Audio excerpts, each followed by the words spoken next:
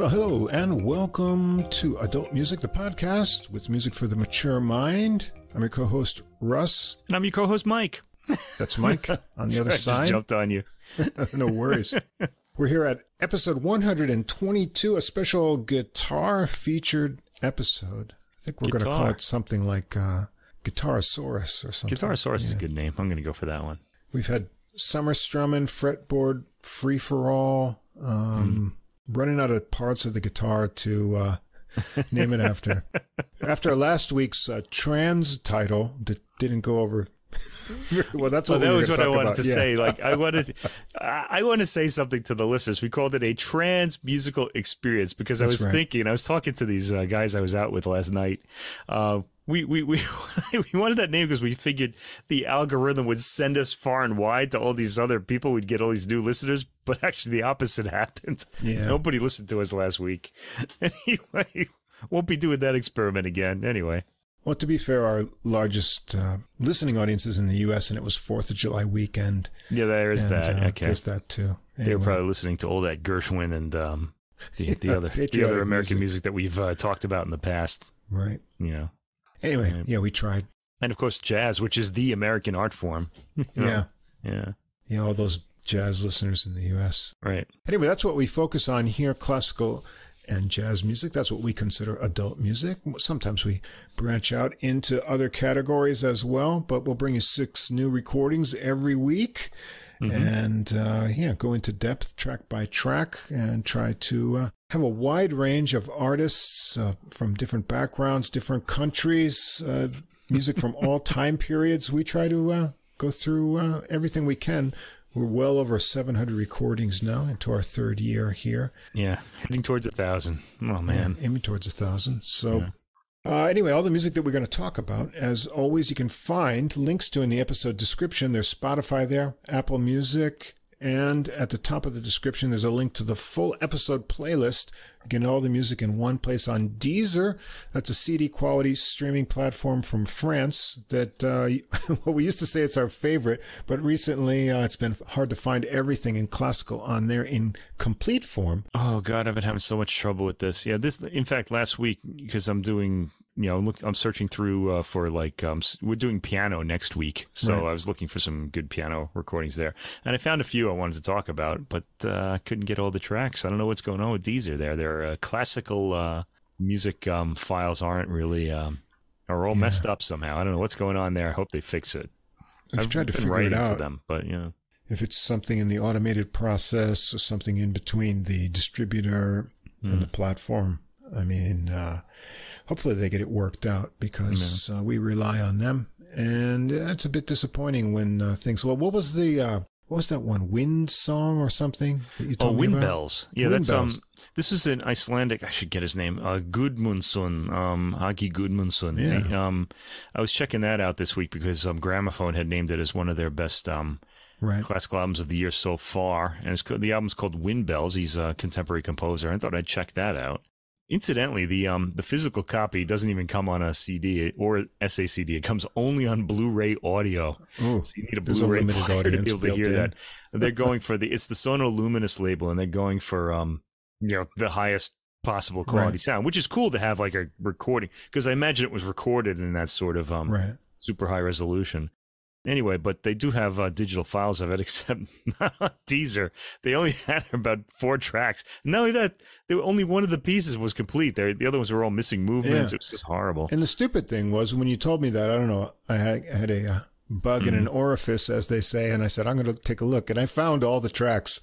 Yeah. And they were all there on Deezer, but they weren't unified and they didn't come up on any search for the album. So I had to do all these weird searches, and I made a playlist for you after finding all of them. Right. But apparently something's going wrong in the organization. Yeah. Another issue I have with streaming is that they're very track oriented, and classical music is not a track type of music. It's multi movements, right? And they all kind of balance each other out. So you really want to hear all of the movements. Just streaming just isn't set up for that. It's all tracks, and I really hate that because we're back to like singles in the 50s and 60s and things like that. We were born in the album era where the album was this complete artwork, and I still think of it like that. You know.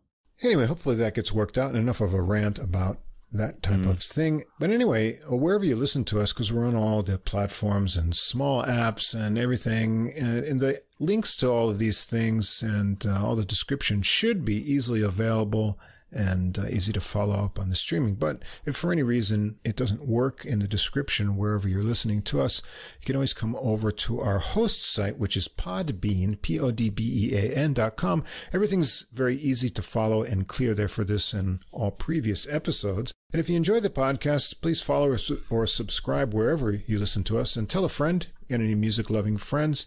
Take a moment, give us a little ranking or write a review. That helps us get listed in the recommendations, and we get more listeners that way as well. And you can also come over and follow us on our Facebook page. You can get extra info during the week. I put up new releases about jazz every day as I find them, as I search with my early morning coffee. There's a bunch of new stuff since last week there as well. You can also see our interaction with the artists and other comments there. And you can leave a message or comment as well. And if you want to contact us directly with any other comments or questions, we'd love to hear from you. Our email address is adultmusicpodcast, that's all one word, @gmail.com.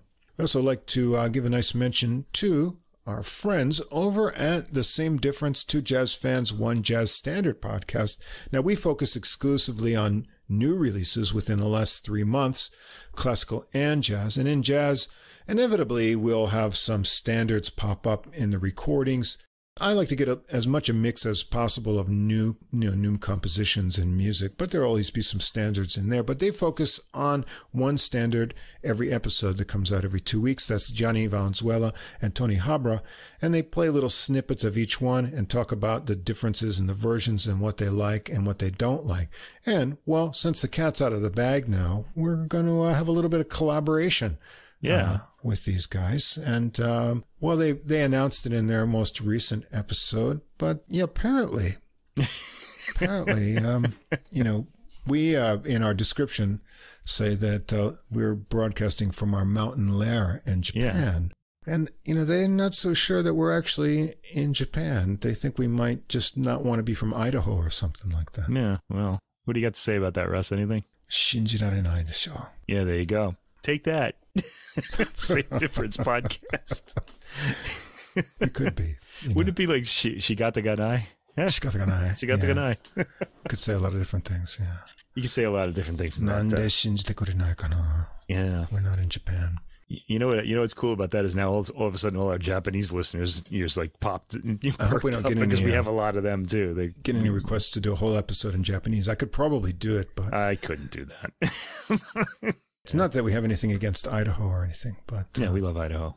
Do we have listeners in Idaho? I don't think so. I've kind of checked, but there might have been someone's at one point. I don't know. I think the lowest number of downloads was from North Dakota. You know what the note lumps, because I look at this every month. Oh dear. We never get downloads from Hawaii, and I really want us to have people in Hawaii listening to us. So we'll have to work on that. Maybe I could move there one day and have like a fan base, be able to make a living and live there. We'll have to think of a Hawaiian themed episode sometime. Oh God, I don't know what I would do for that, but we have to see. We'll see. Anyway, we're going to start out, I believe, having Same Difference guys guest on our show. Right. Well, I'll be throwing some jazz standards and maybe something a little bit non-standard too, but we'll try to keep within their comfort zone and working. And you're going to try to give them some classical to talk about. Here's some classical. We're only going to do one classical album for that because I don't know. I don't want to suddenly have them you're listening to 3 classical albums. I'm only going to give them one, so I don't know. I haven't decided which one it is. I have an idea, but I want to see if anything else comes out. We've got that planned to do something in August together, so that should be a lot of fun. Yeah. So stay tuned for more details on that. And if you haven't checked them out, go over and check out their podcast. Build up your jazz standard knowledge, because that will help you even approach new recordings and give some historical background. Yeah, they're very funny. It's a good podcast. I like listening to it. Yeah, they're less geeky than we are. We start off at the beginning with a lot of interaction like that, and then we kind of go into the deep geek zone as we get into each recordings. And then I do get complaints about that from people who want to listen to the podcast. They get lost. I think about that a lot because I want to do some music samples. One of the things about classical music, though, is a lot of times when there's a big effect made, it was set up maybe at the beginning of the piece, maybe as many as 10 minutes ago, and you can't really illustrate that. You have to hear the whole piece, but you need someone guiding you through it for that. But there are nice moments that you can put up, I guess. But I feel the same way in jazz too, at least in the ideal setting, when you come to a jazz solo, it should be coming after, the structure and the melody of the song. You should be building on that as well. And if I just say, these licks are great, and I pull something out of context, it's not really the same experience as just listening to a little snippet of it. So we just hope that people either listen to what we were talking about that week, either before or after we talk about it. Last year, our solo of the year was the Michael Deese trombone solo on his album. And the reason why that was so great is because it followed the Rudresh Mahanthapa solo, which was like high speed, and then he came in with the trombone and did this amazing kind of, continuation of that on a much heavier sounding instrument. And we were just blown away by that. But if you played it by itself, you wouldn't really get it. If I had to follow that with my trumpet, the only sound you would have heard would be the case latches closing and the door going behind me. But Michael Deese just stepped up with the trombone and burned it up there. That was great. Amazing. All right. So it looks like everybody's I don't have any no deaths. Do we have any deaths? Oh, we do. I didn't do any research on this though, but I don't know how to say his name either. Jeno Jando. He was a pianist, and he died. And he was on the Naxos label, and I really liked his playing because he recorded at the time that Stephen Huff released his first recording of the Mompo piano works, and that was a way for me to turn a lot of people on to classical music, because Mompo did mostly miniatures, and people love them. They're really exquisite pieces.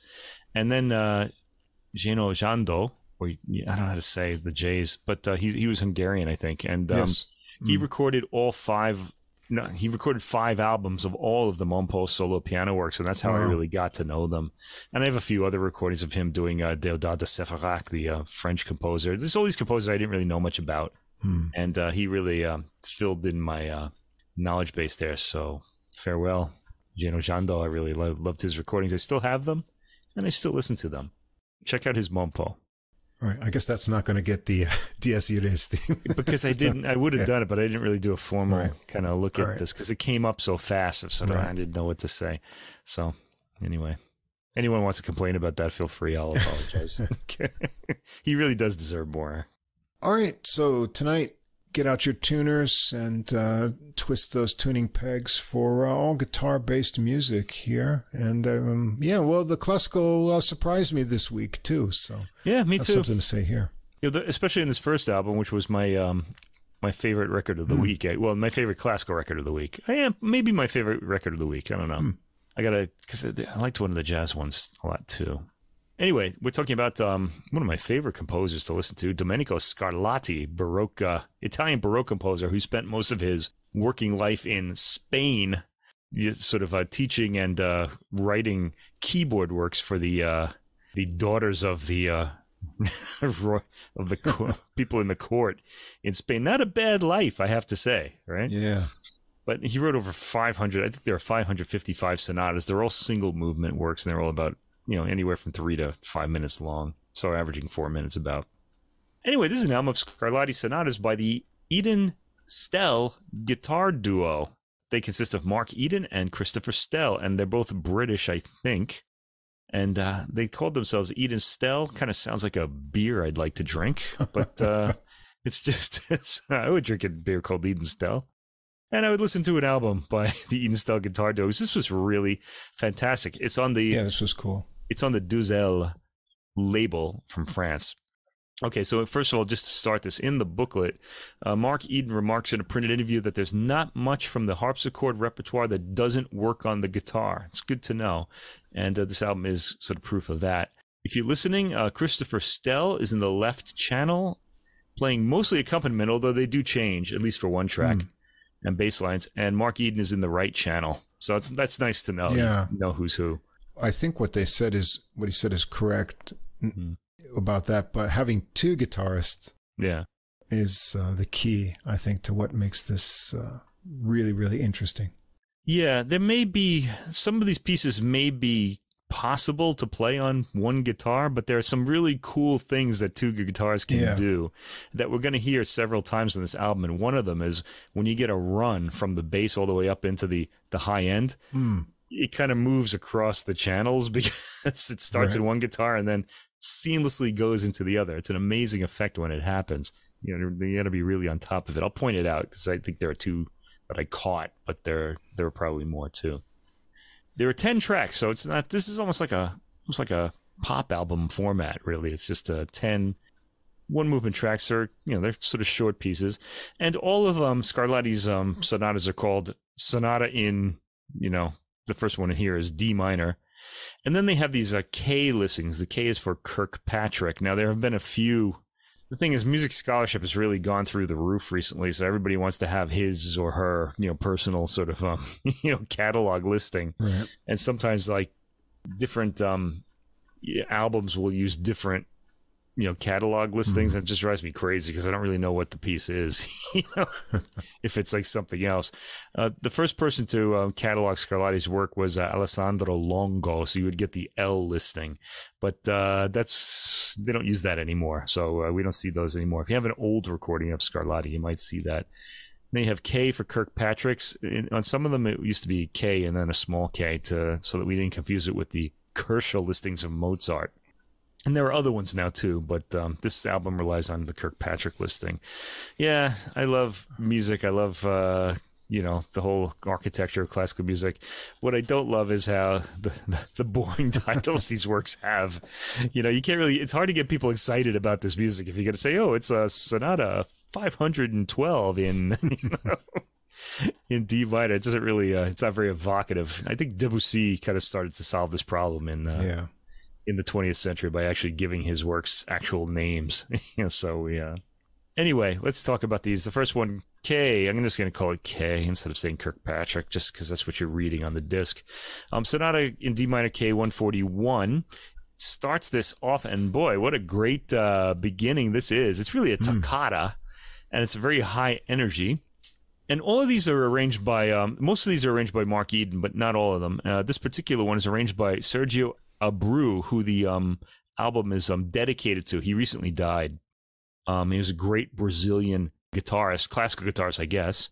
He died this year in 2023, just recently. So the album is dedicated to him. And we start out with one of his arrangements, and boy, what an arrangement it is, and what a performance it is. It's a familiar piece if you've heard like a lot of piano or harpsichord renditions of these works. Because this is a guitar recording, there's a Spanish character in this that really comes across. Because, Scarlatti, he was an Italian composer, but he spent his life in Spain. I'm sure he picked up a lot of those styles, okay? There's a rapid repeated note on the harpsichord or piano, and that's reflecting a guitar technique, which we're actually hearing now on the guitar, which is fantastic, so it's what he's trying to imitate on the keyboard work. I said here, one of the advantages of having two guitars is that the lower voices are all highly melodically shaped in Scarlatti's music, and they stand out with the upper voice. So one's in each channel.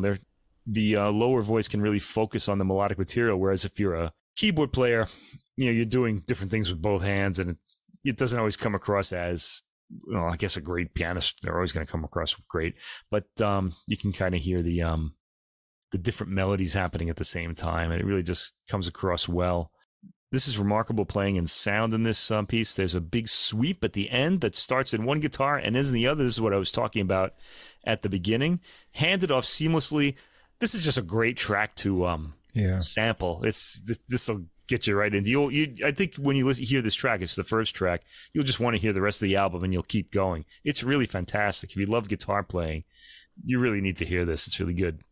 Oh, especially in headphones. If you're wearing headphones, you listen to this, that guitar run is just fantastic. And I don't think you could achieve this speed of those repeated notes on a harpsichord. I was trying to imagine that, and because it's a guitar technique, so you can use the two fingers on one string. Well, I mean, you can kind of do that on harpsichord, but I don't. But you got to wait for the action to release. Yeah. It's kind of it's a hard thing. You have to have a really good harpsichord. You can do it on the piano, sort of, but it's a different feel.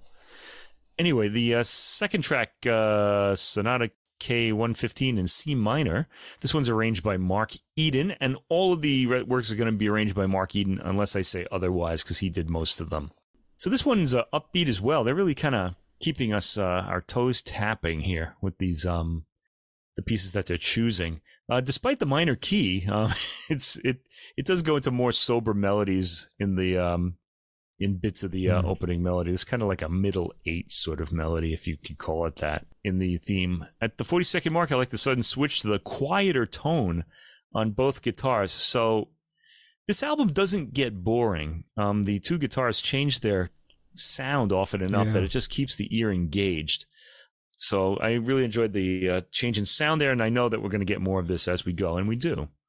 The opening section repeats at 3 minutes in the B section of this A-B structured composition. In the Baroque era, if you've ever played like Bach sort of suites on the piano, you know that they're all sort of A-B. There's an A section that repeats, and then there's a B section that repeats, and that's just how it goes. And Scarlatti sonatas are like that too, most of the time.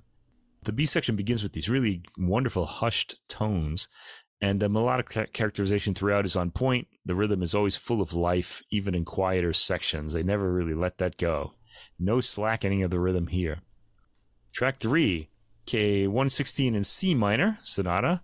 Lively rhythm again, and I love the way the duo instills these works with Mediterranean sunshine via the springing rhythms. That's an Italian thing as much as a Spanish thing. There's very much a guitar timbre throughout, but at times you can imagine the upper voice being a harpsichord, as Mark Eden in the right channel keeps a straight tone that mimics the instrument at times, often when he's not using this kind of vibrato that we'll often hear on this album. Another nice thing you can do on the guitar that you can't do on the harpsichord. You're just getting a solid tone on a keyboard instrument. In all three of these opening pieces, the guitarist at the upper end, that's Mark Eden, shows remarkably even technique when he has a constant stream of 16th notes. Ensemble volume is remarkably level too. It's really amazing. Track 4, K466 in F minor. This one's arranged by Sergio Assad, a Brazilian guitarist. Oh, yes. You know him, right? This is a slow sonata here. Very melodic and chimey at the beginning. The guitar timbre is apparent, but the harpsichord profile is discernible in the technique here. There's slight vibrato on the melodic notes, sometimes something a harpsichord can't do, of course. The section plays out and repeats starting at 155. At 344, the middle section begins, sounding very Spanish in profile in this guitar recording. It sort of makes me want to hear a piano or harpsichord rendition to compare it with. At 556, this section repeats. Melodic lines are very sensitively taken and have a Spanish tinge. I think in here, too, he's got little pull-offs, a guitar technique. Yeah, and pull-off, that kind of stood out as well, Yeah, that's another thing. It's a technique that's particular to the guitar because there's no attack on it, but there is, but it's kind of not a finger attack. It's really hard to explain. Okay, track 5, K474 in E flat major. Back to a Mark Eden arrangement, by the way. It's a slow tempo work again, and it starts with plucked chords in the left channel and a gentle melody in the right, all sensitively played with a light vibrato on the attack. This all leads to a gentle cadence at around the 2-minute mark. Really beautifully taken. It really just kind of feel like tension just leave my body when I hear those cadences on this album. Then the section's heard again. At 240, there's a nice arpeggio starting in the right channel and ending in the left. This went the other way. It goes downward this time. It's handed off between the two guitarists. Excellent playing. At 320, the B section starts. We hear a handed off arpeggiated figure at around 420. Always intriguing. And again, especially if you're listening in headphones, it's almost like listening to Pink Floyd, Dark Side of the Moon with all those bells going off in both ears and things like that. You get a little bit of a taste of that here. Track 6, K475 in E flat major, has a more dancing quality to it with its repeated chords in the right hand and rising figures with appoggiaturas, which puts one in mind of the harpsichord and of the Baroque period in general. This piece has a strong harpsichord tone to a lot of it until the cadential material at around 115. The B section features some intricate handoffs between the right and left channel guitars, and the lively rhythm is kept springy throughout. I love that Italian spring, to the rhythm. It's just kind of just jumps out of the instrument and just kind of, it just feels lively, like like winter's over, sort of, Right. All right, track 7, K87 in B minor. The sound on this has a light vibrato, but the figuration makes it border between a harpsichord and guitar timbre.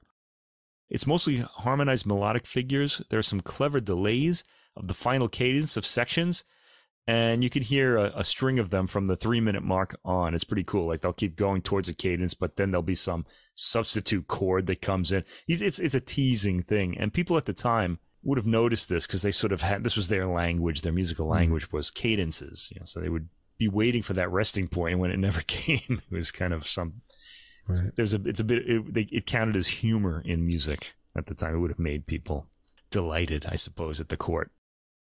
Anyway, track 8, K545 in B flat major, it's a quick bustling figure heard in both guitars at the opening of this sonata. The left channel guitar, that's Jonathan Stell, remains a bit faint as the right channel carries the melodic material here. They reach the cadence at equal volume at around the 1-minute mark, and the piece stays at this tempo throughout and reaches a satisfying cadence at the end. I don't mean to imply that the guitar in the left channel is poorly played or recorded. It's not. This is the interpretation. I just didn't want to, I didn't really explain that as well as I probably should have. Anyway, K144, track 9 in G major.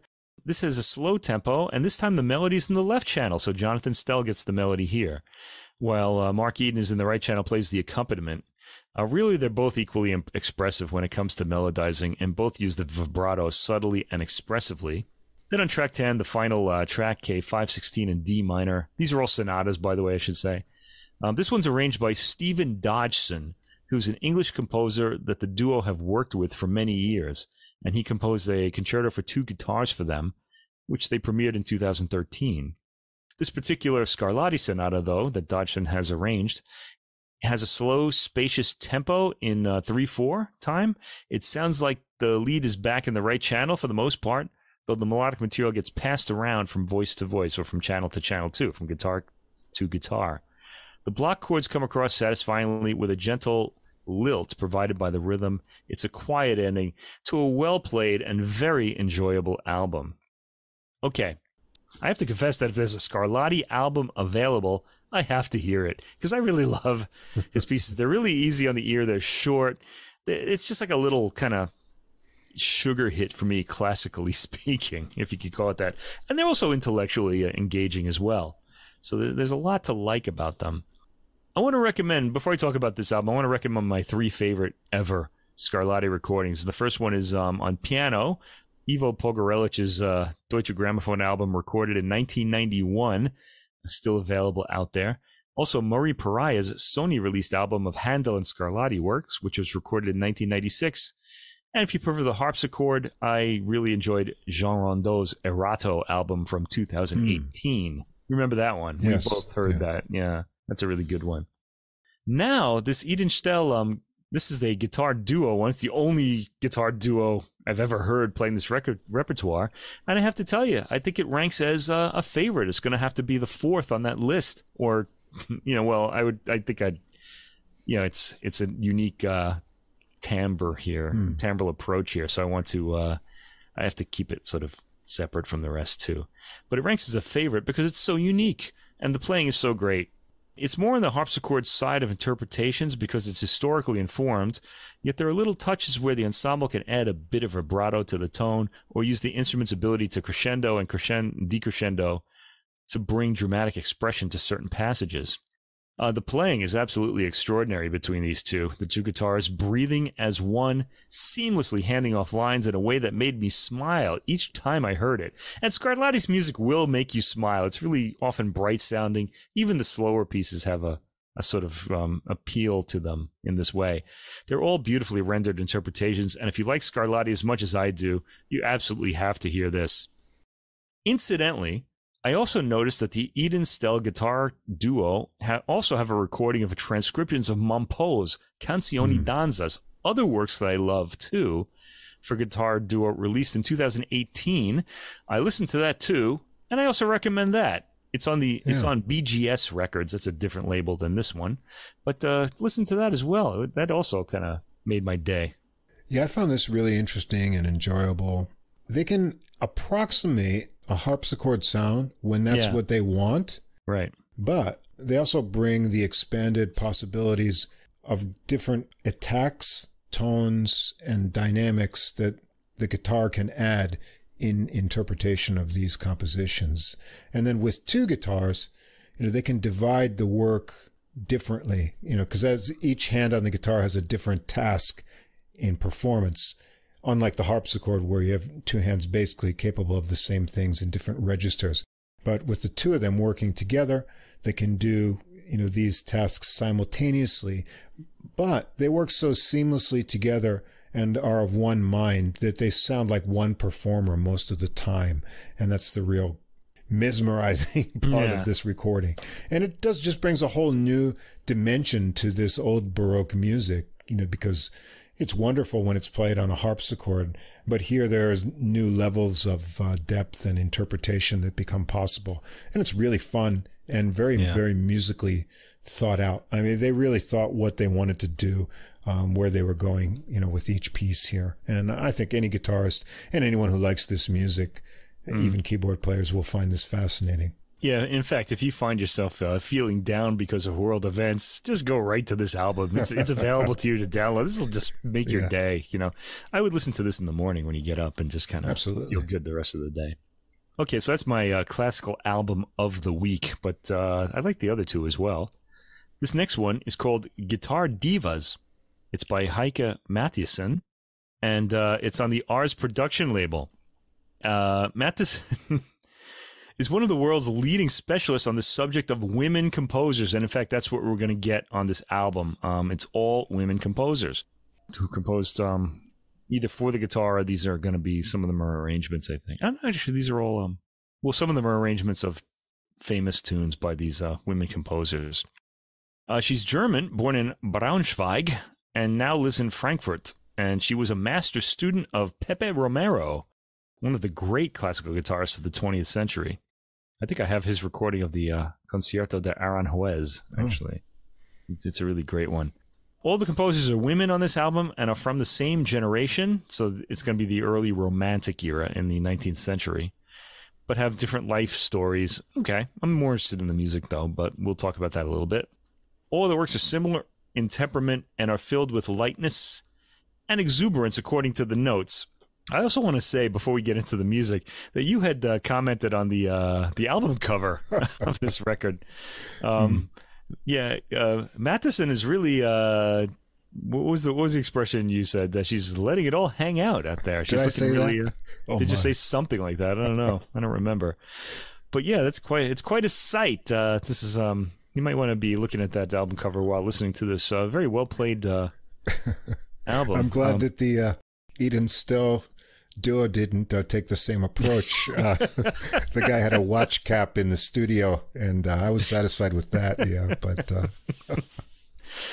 yeah, should we even be talking about this? Are we not terrible or what? I don't know. Anyway, well, no. Hey, she made put the it cover. Out there. Yeah, and she looks good and she looks all right. Yeah, so, she's around our age too. I'm not going to say how old she is, but she's around our age. So actually, I was listening to this on the sofa with Mrs. Russ. Right. And I kind of said, why don't you try this pose out here too? But it didn't go over. So anyway. No, that's too bad. They're very, Japanese women are very modest that way. They're kind of, but anyway.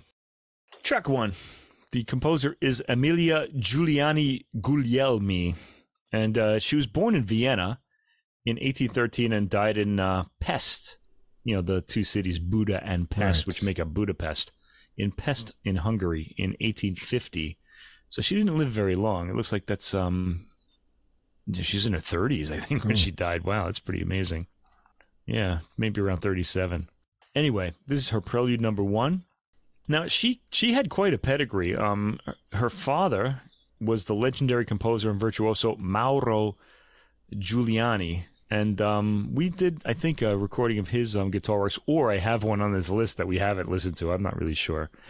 But he trained her, and she had a concert career that continued after her marriage to the composer and singing teacher, Luigi Guglielmi. So there's her name, Giuliani Guglielmi. She kept both names. This piece features harmonic inventiveness and frequent modulations. Yes, it does. If you live in Germany, you'll recognize the prelude as the signature tune of the music program on SWR2 public radio. That's according to the notes. I've never seen the show, but this is a familiar work for you Germans. Anyway, it has a rippling arpeggio accompaniment as the melodic material drifts into new key areas. It pretty much goes on that way for its brief 2-minute length, and Matthiesen plays sensitively. The recording is very close so that you hear her fingers plucking the strings and the squeaking of the guitar neck as she changes chords. The recording mostly picks up tone, though, and the playing is sensitive enough that you want to be this close. All right, now this is a 2-minute piece, but it was my favorite piece on the album. And that's not to say any of the other ones were any, lesser, but this one just really picked up my ear. I liked all the harmonic material in this. Now, for me, the next 3 tracks, they're all very long and they're all variations. And okay, full disclosure, I'm not a big fan of the variation form. My mind starts wandering when I start hearing these. And then there are 3 of them in a row here, and it's kind of driving me crazy. But anyway, let's talk about these variations. They're all very good. I don't want to cast any aspersions on them. That's just me. Track 2 is Emilia Giuliani Guglielmi again. Variazioni su Non più mesta accanto al fuoco, Opus 5, which is a song by Rossini. So she's doing variations on that tune. It's the rondo finale of Rossini's opera Cenerentola, which is Cinderella in Italian. Many composers set it as a set of variations, including Chopin, Paganini, and Emilia's father, Mauro Giuliani, so she thought she'd have a try too. It's a charming theme, as one would expect from such a popular Rossini tune. If anyone's heard Rossini's music, you sort of know how they're... a lot of it's just instantly appealing. It's got a kind of square rhythm to it when it's introduced, as most variation tunes do. Then the variations start at 127. There's a pause, so you know it's coming. It's pretty straightforward technique with decorative additions to the melodic line. They're tricky passages. Matthiesen executes them impressively and sensitively. In fact, she has a rather unique, sort of understated, quiet and cushioned tone that she uses throughout the album. Even in these really bravura passages, she managed to keep that sound and that tone and that quietness going. It's really impressive and I think unique in guitar playing. I haven't heard anyone play like this before. Anyway, Variation 2 starts at 250 and has repeated notes, the Spanish repeated notes that we were talking about in the Scarlatti album, and the theme and the sensitively played bass in this case. At 420 is Variation 3 with a lot of additional figures added to the melody. This variation changes its rhythmic profile with each line, but it has a springing dance quality to it. The material varies as familiar melodies come back with the variation. A minor key variation starts at 550, hushed and spacious, and taken at a slow pace. At 820, we hear the final variation, more virtuosic, yet with sensitivity of tone still being heard. Matthiesen draws the musicality out of this virtuosic material without strain, making for an enjoyable and very highly musical listen. The rhythm changes for the final iteration of the theme just past 9:30, and there's a rousing finale. All right, the third track is by Anne Emmerich. It's called Variations 6 for solo guitar. Now, Emmerich, the dates for her life are 1802, 2, and we don't know the date of her death, which is kind of mysterious. It's usually the other way around. You don't know what the date of birth is, but here we don't know what happened to her. Now, she's not to be confused with the mystic Anne Catherine Emmerich, whose information comes up when you search on the internet. I was looking for more information about this composer, and I kept getting the mystic, who was born in the 18th century. Very little is known about Anne Emmerich, the composer. Mauro Giuliani, the father of Emilia from the first 2 tracks, dedicated his Variations Opus 104 to her after hearing her perform and giving her lessons in Munich. A critic wrote about her that her nature is too noble for this earth. These variations are her only published composition. And we go to the variations itself. The theme is simple, very pretty, almost campfire folk song-like. It's got an A-B melodic structure. And Matthiessen's playing remains quiet and patient. Again, that padded, soft attack It's really beautiful. At 155, we hear the first variation. It contains a fast-moving stream of accompanimental activity over the straightforward theme, and also includes a solid bass line. The second variation starts at 340 and features staccato, at least in Matthiessen's interpretation, arpeggiated lines rising up the guitar's range. At around 509 or before, a quieter variation starts. Variation 4 is at 704 and features rippling accompaniment to the demurely played theme. At 757, we have Variation 5, also rising arpeggios, but different than before. They sound pretty acrobatic here. The last variation starts at 905. There's a lively hopping texture to bring the piece to an end. Okay, now from track 4 all the way to track 12, we're going to hear music by Katharina Josepha Praten. She was born in Cologne, in Germany, in 1821, died in 1895. This piece is called Carnaval de Venice, and it's it's like Mardi Gras in Venice or Carnival in Venice, and it's another set of variations. We're hearing quite a lot of these stringed together. Mm.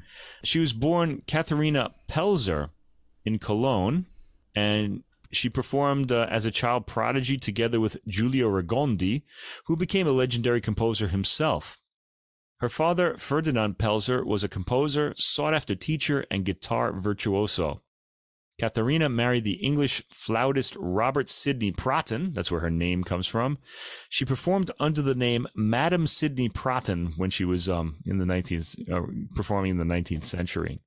She performed well into old age, and she played the English guitar tuned to E major, a very particular instrument which we will hear in one of these tracks.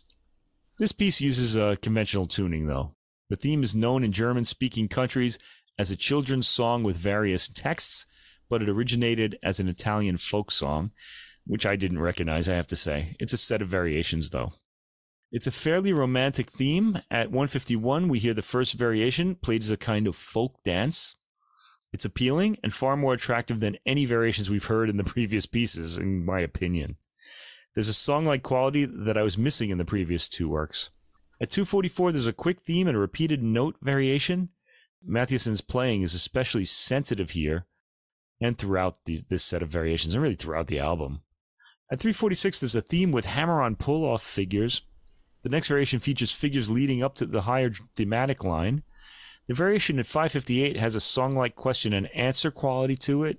It's quickly followed by a faster variation, with figures dipping downwards then back up to where they started. At 740, after a pause, a sensitive, spacious variation is heard. At 840, the variation is a statement in the high end with a reaction in the bass. Track 5, we're still in Katharina Josepha Praten. The piece is called Rambling Thoughts, and it's one of the few quiet pieces on the program. It starts with a bit of boldness, but again, Matthiessen's padded attack doesn't allow it to jump out. And I like this about her playing, actually. The melody that follows this intro is pretty and straightforward. There's nothing wild about these rambling thoughts. They all seem peaceful and thoughtful, as though the thoughts that arise during maybe a meditation. The piece progresses in sections with a return to the opening theme and harmonization at the end. There's a very gently played ending chord that really hit me in a good way. Track 6, Fairy Sketches. This is one of two of these by Praten. The first is Queen Mab. She's the fairy queen from Shakespeare's Midsummer Night's Dream. And she's graceful. And in this piece, which is brief at 2 minutes and 10 seconds, it starts with arpeggios and goes to more rippling accompaniment under the rather elegant melody. The piece itself is quiet, there are pauses between sections, and it ends with the opening material, as did the previous piece. The second of the fairy sketches is Puck. He's in Midsummer Night's Dream 2. He's a troublemaker, and this variation, or this piece, naturally has a dancing quality to it. We associate dance with the character Puck and his mischievousness. It kind of recalls the La Campanella melody. Anybody know that from Paganini and from Franz Liszt? Yeah. Dun, dun, dun, dun, dun, dun, dun, dun, dun, dun. It's kind of, a bit of that is in there for this one. It doesn't end the same way, though. It's got a tonic dominant bass line and keeps its dancing profile throughout its brief 1 minute and 15 seconds. It's really cute. Track 8, Praten, Dance of the Witches, Fantasia Grotesque. This piece features a score with markings like stage directions. It labels the arrival of the witches, their wild dance, and their disappearance into the woods. So it anticipates film music in a way. There's a build-up to the intro to the main material, which starts at around the 30-second mark. I feel like this piece could use some more characterization. Matthiesen has a very pretty tone, and we're hearing that here too. I'm wondering here, though, if some more drama could have been used, because it does sound like a very evocative piece. We do get some more abandon at 2:18, though, when the brief piece heads to its final tranquil chords. Very appealing, though. Track 9, Praten, Fifth Divertimento, Variations on a Theme by Mozart. This is from Die Zauberflöte, or the Magic Flute, and this is heard in the radiant E major of the English guitar. So we're hearing the English guitar here, along with bell sounds and lavish flageolet, which is like a recorder, which it's also a name for the tin whistle.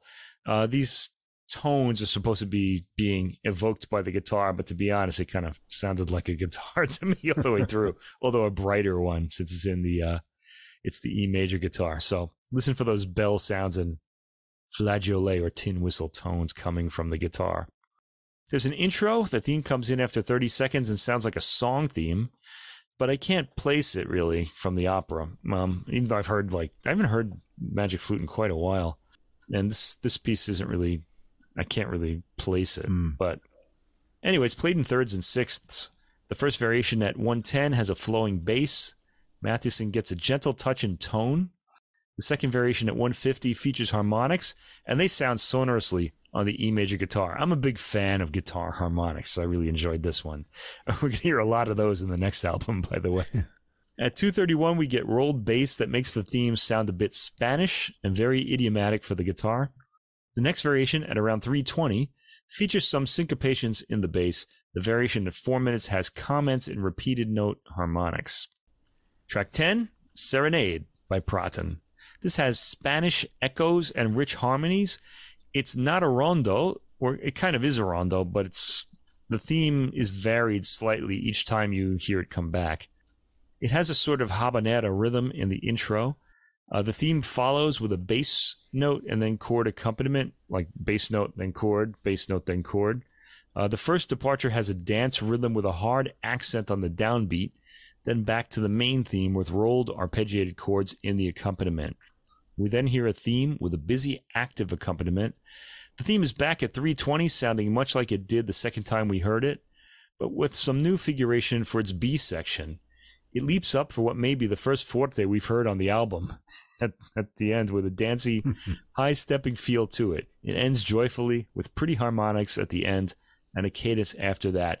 Yeah, this is a very quiet album, and even up to this point, and even after this, it's fairly mellow, good for a late-night listen, really. Track 11, Praten again, Spanish dance, full of character. Matthiesen picks up on these rhythms well, bringing out the Spanish quality. There's a B section that's slower than the opening repeats. Track 12, Praten's Moorish dance. This is described as a sluggish dance over a bourdon bass, which is a bass with droning open fifths, with a slightly exoticized melody and tambora sound effects. There's an intro, then the exotic strumming of the bass accompanies this characterful melody. The whole thing has a sultry tinge to it. The lighter middle section is played with great sensitivity, a word I find myself returning to often with this guitarist, and the opening repeats. Okay, tracks 13 through 15, we are on the final composer of the album, Maria Dolores de Goñi. She's Spanish, born in Madrid, 1813, died in 1892. The first piece is called La Jota Aragonese. This is a typical jota, which is a dance, and it's usually in 3/4 or 6/8, as it is here. And it goes up into the highest register. It's played with a lively mid-tempo rhythm. The melody feels a bit like a folk song. It catches the ear quickly, and the jota rhythm is always identifiably present. At 113, I guess I should say jota for the jota. At 113, there's a beautifully executed change of color and a new bass note sounds. Some gorgeous harmonics are heard at 125, And I think this one is up there with the first track as the most appealing on the album. I really liked this one too. Track 13, La Rota Aragonese. Please sample that. Track 14, Dogoni, Carnival of Venice. This is a contrast to Praten's romantic style. This one's through composed and offers bravura variations with its very own effects. It's very Spanish in style. The introduction is bold, then an arpeggiated bass introduces the theme. There's some mildly humorous effects here, like the brief glissando after the 40-second mark, and we do hear more glissandi at certain points. At 125, a more straightforward variation is heard with arpeggiated chords under the barcarolle-like melody. There are nice rippling decorations added to the melody just before the 2-minute mark. The bass gets the theme for the variation at 2:15. At 2:53, there are surprising hits to the body of the guitar as part of the rhythm, then a quick repeated chord variation with the melody in the bass at 3:30 or so. A bold triplet theme is heard at the end. The final track, Dogoni again, L'Adieu, a good title for an ending track. It's a slow waltz in thirds and sixths, romantically played with slight rubato at the end of phrases. The piece breathes well and comes across sensitively.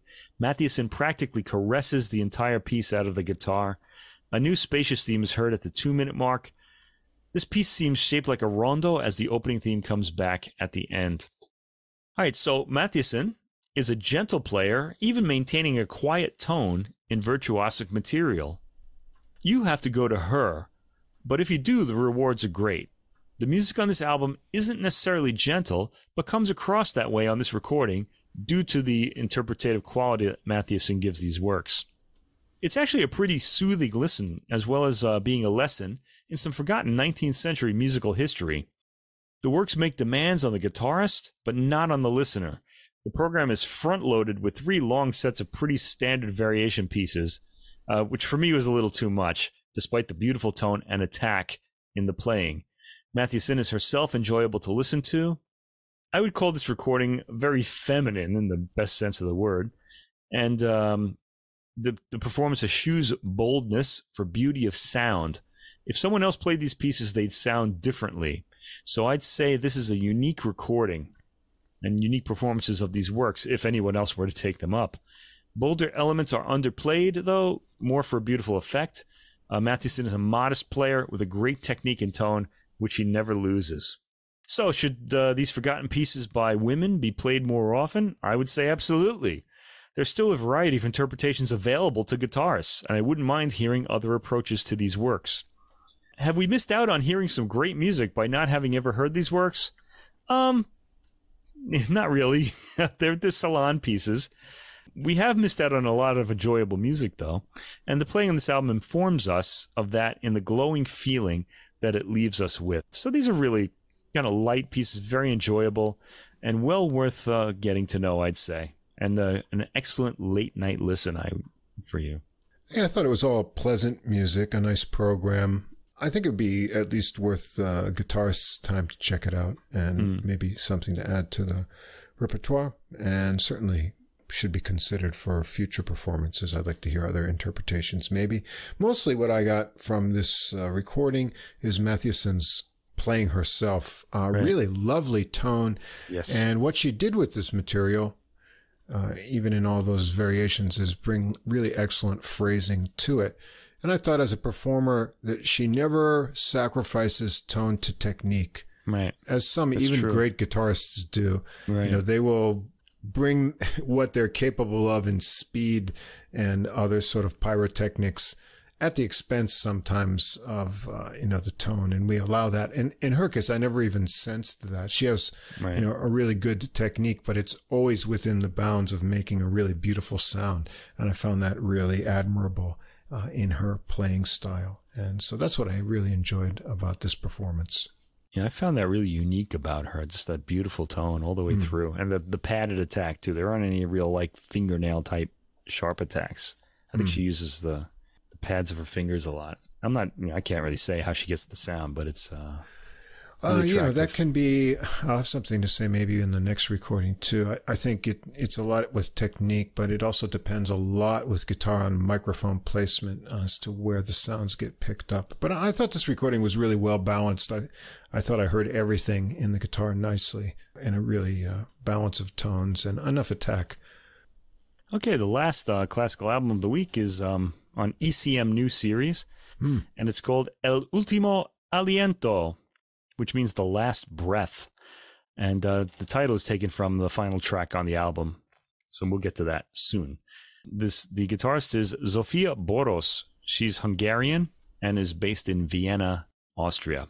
The title and title track suggest understated intensity, according to the notes I read about this. And I'd say that's a really good description. Yeah, it's a really good description of the album. Well, I got to tell you, when I knew you were going to get a contemporary works one in. I tried to, yeah. I saw that, and I also saw there was a Eden-Stell piece on it, and I was ready to squeeze the armrests as I listened to it, and my expectations were completely wrong for this recording in a really pleasant way.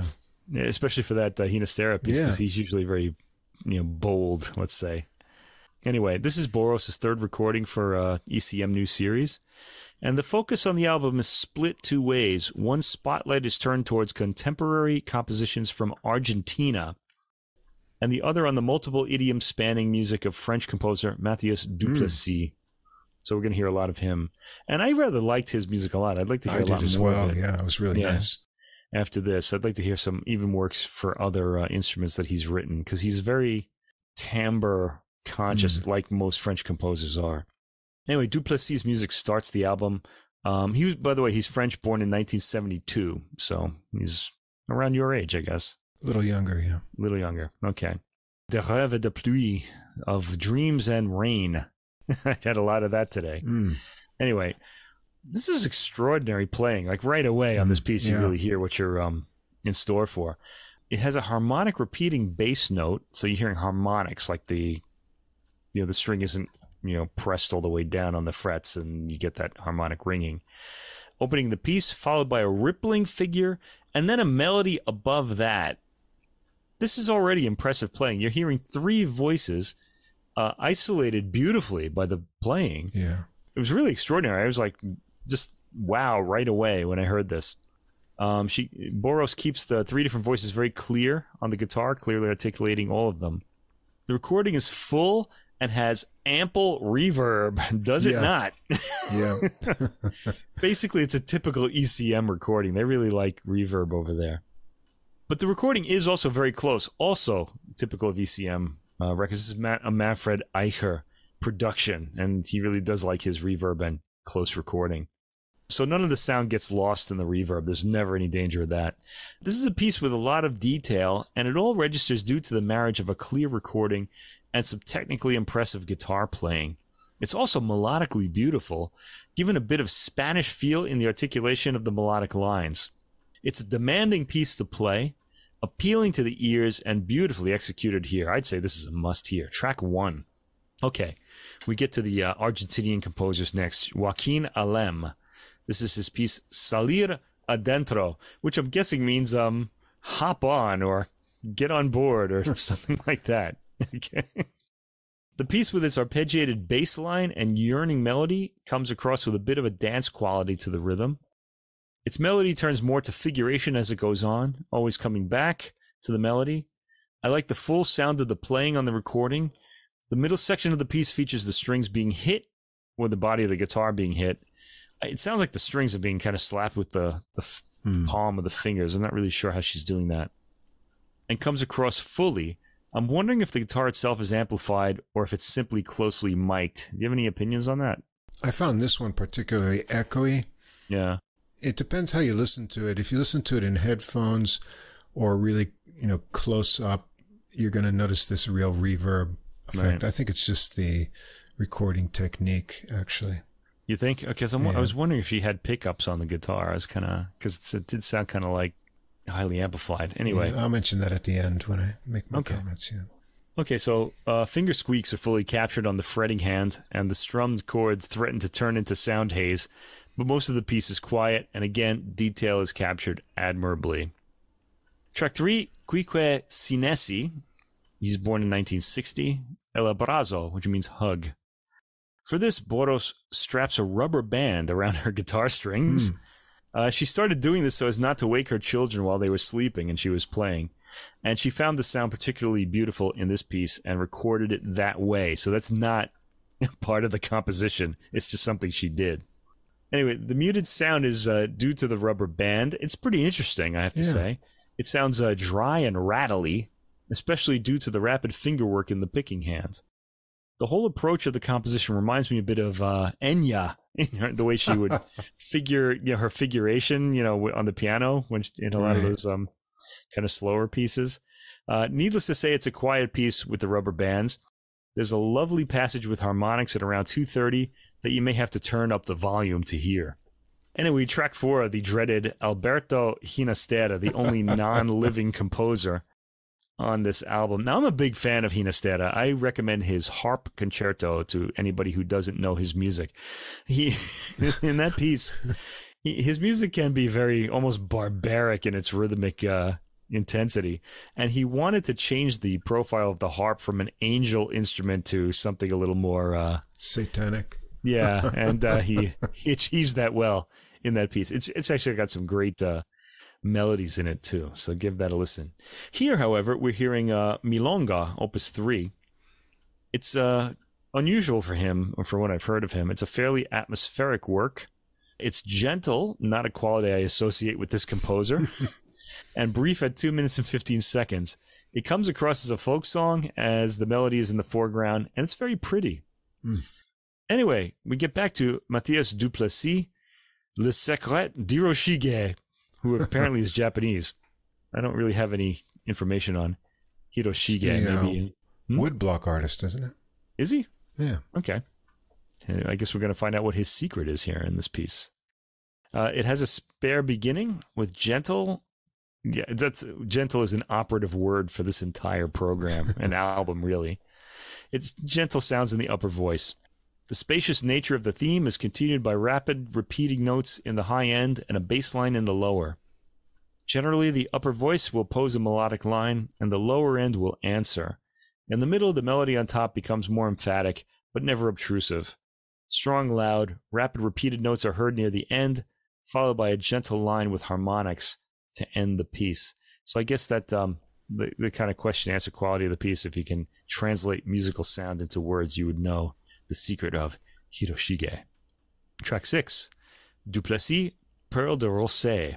This is a steadily repeating chord pattern that underlines a descending thematic line with clever decorative content. The piece then morphs into something with a happy feel to it as the melody in the upper voice becomes clearer, enthusiastically pushed forward by the rippling rhythm in the lower end. Again, impressive playing by Boros, who's balancing the volume and tone of several layers of lines. She's really got an excellent technique. Track 7, Quique Sinesi, Tormenta de Ilusión.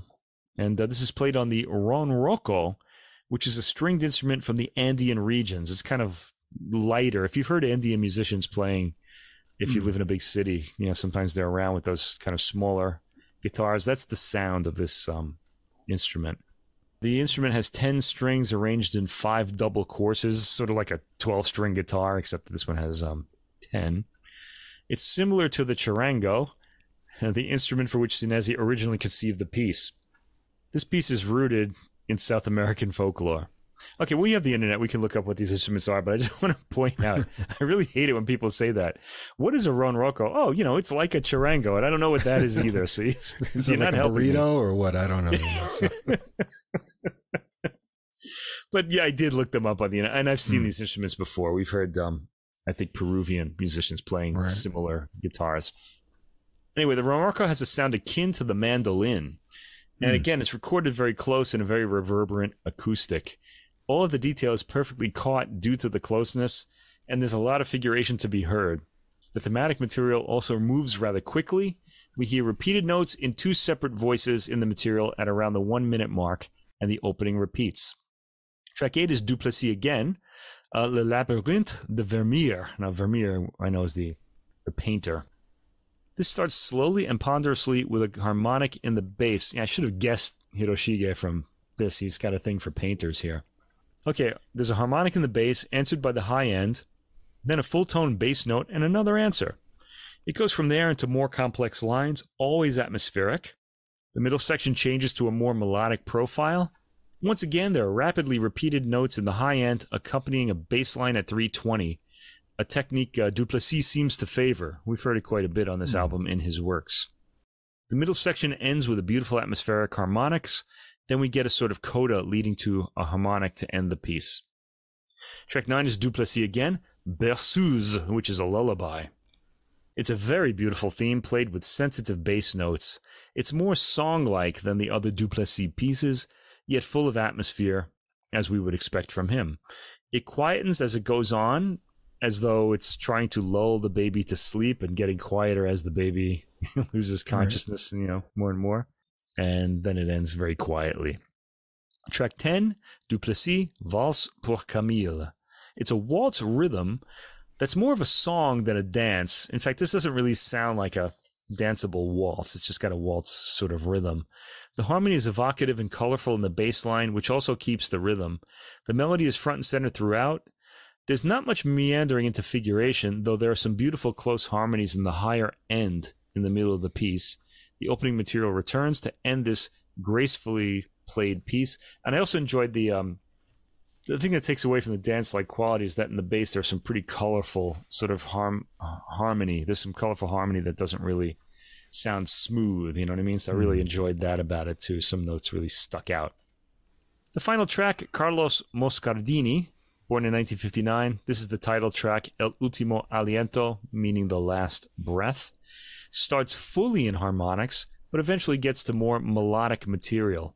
The harmonics, which are gorgeous, return at 142, followed by a gentle melody over rippling bass figures. It ends on an open-ended harmonic line.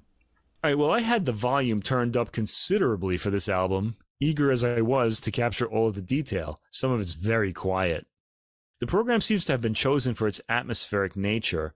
The music relies on the quieter sounds of the guitar and seems to want to cast a mood, putting it in line with a lot of ECM releases, as is the highly reverberant space it's recorded in. ECM is clearly going for atmosphere on this recording. Boros' playing is captivating throughout. She phrases musically and expressively, using rubato to perfection when needed, for example in the Eden-Stell work.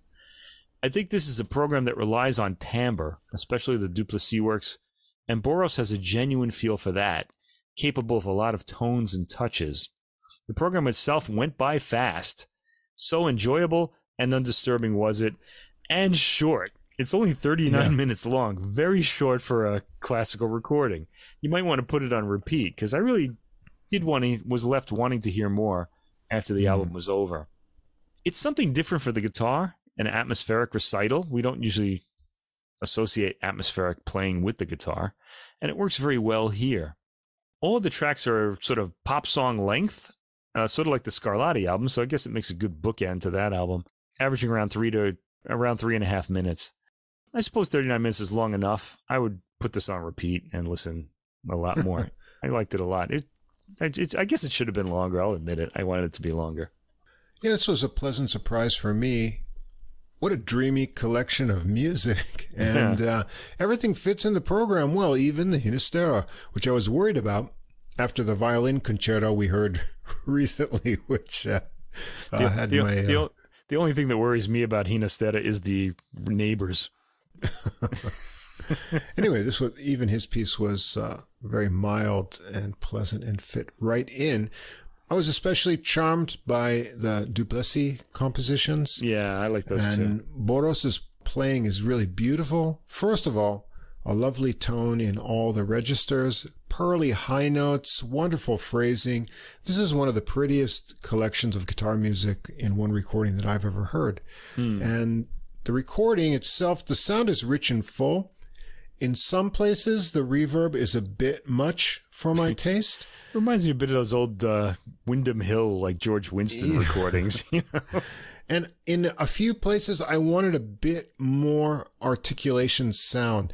Most of this is soft touch kind of playing. There's a couple places where she uses more, nail in the attack that comes through. But in general, I could have used a little bit more edge. And I think it's more in the mix, maybe a bit in the mic placement. But overall, no major complaints. The guitar just sounds lovely, and it really matches the overall mood that is supposed to be evoked from these pieces, which it does really well in each piece and in the collection as a whole. So really beautiful recording of guitar music with a unique character. Definitely check this one out. Yeah, we really hit the jackpot this week in classical and in jazz too, coming up. Jazz is pretty unique too. And we'll move over to the jazz side of the Guitarasaurus episode here. Why are we calling it that? I don't know. We should call it like, Guitaramousis or something. I don't know. It's a pretty quiet album. A better word to describe it. All right. Anyway, our first recording is on SteepleChase. It's a duo recording called Snapshots, and it's from guitarist Nate Radley and pianist Gary Versace. It came out June 23rd.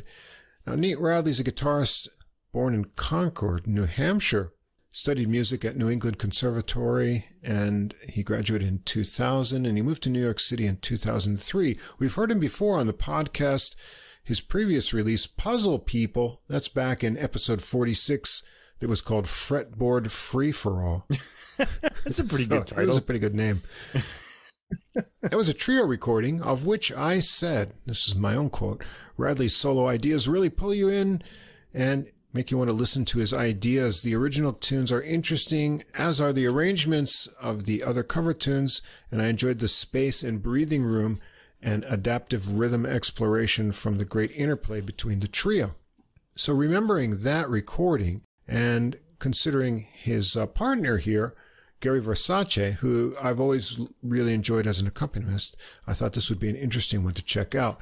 Now, Versace was born in Greenwich, Connecticut, 1968. He took private piano lessons with the great Kevin Hayes, and he studied at the Eastman School of Music, where he attained a master's in music performance, and he also moved to New York in the early 2000s. He's also well known for his organ playing and working with the Grammy Award-winning big band of Maria Schneider. And I've always liked his accompaniment playing, and we've heard him a few times on the podcast in that role. And so I thought the interplay would be really good on this album, and I was not disappointed. Yeah, me neither. Yeah, and it's an interesting thing. When you get two instruments, there's not many instruments that are complete instruments, but guitar and piano are, and they also can work a lot in the same register.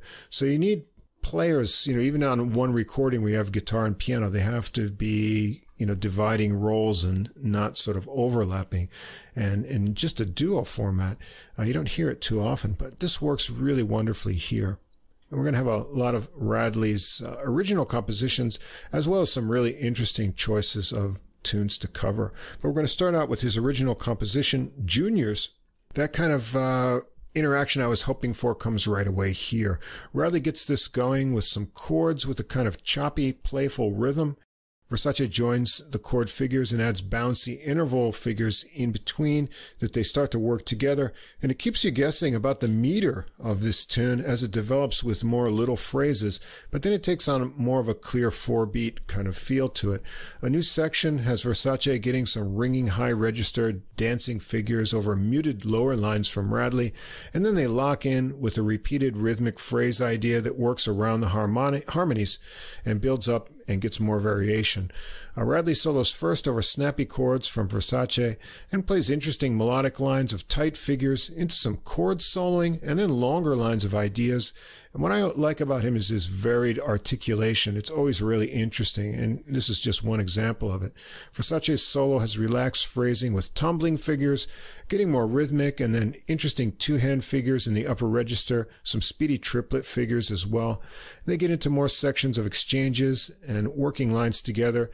It gets softer and more flowing before a return to the original snappy figured melody with some heavier joint chord work as well. Comes down soft and works up over the repeated kind of rhythmic phrase section that we heard before into a final snappy section with a little slowdown at the end. Great bouncy rhythmic interplay on this tune.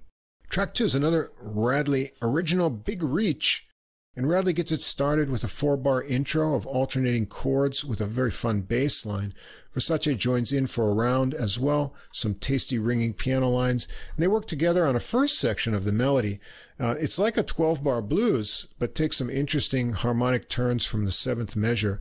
Then it seems like it's going to repeat in the next section because you get the kind of same first 4 bars, but then it goes in a completely different direction from the 5th measure, and that section goes on out to 19 measures.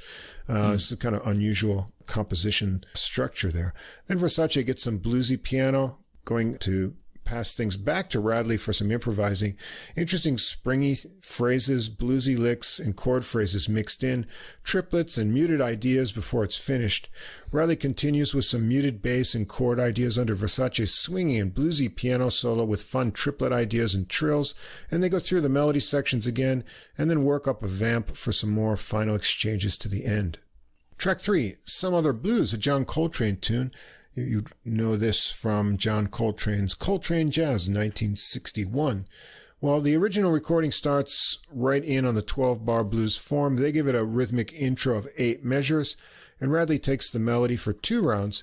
Versace solos first, keeping it swinging lightly and repeating some rising scale ideas. And then check out Radley's constantly evolving accompaniment, starting with ringing chords, then a more bouncy feel, working a walking bass line as well. Radley's solo starts off with more country blues kind of riffs, but he works into some harmonic tension with lines weaving in and out of the chords. Versace has some cool rhythmic bass notes mixed in with his chords behind. They trade improvisation 4s before a final melody run, repeating the final phrase a few times into some raindrop-like high tinkling notes from Versace to finish it. Track 4 is also a Radley original, Penumbra. It's a slow atmospheric minor tune. It starts with an 8-measure intro of tremolo guitar chords over a slow 4-note piano bass ostinato line with some high piano tinkles in there. They both take the melody line together that has guitar slide kind of phrases in the notes. There's a repeating 8-measure A section, the second half of which returns to the intro idea.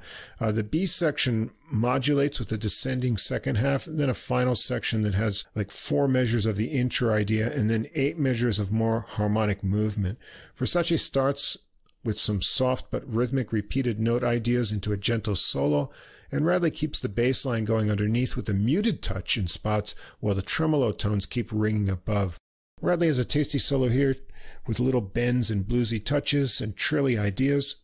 They return to the melody sections with some variation and improvised ideas, continuing on over a rhythmic vamp that builds up with ringing chords from Radley until it becomes softer and choppy to the end. Very nice subtle playing in this tune. Track 5, another Radley original, Almost April. It's kind of a modally tune with a lot of harmonic shifts in it. It starts with a rhythmic piano figure from Versace that Radley joins in for a 16-measure intro. There's a little pause and a change of chord.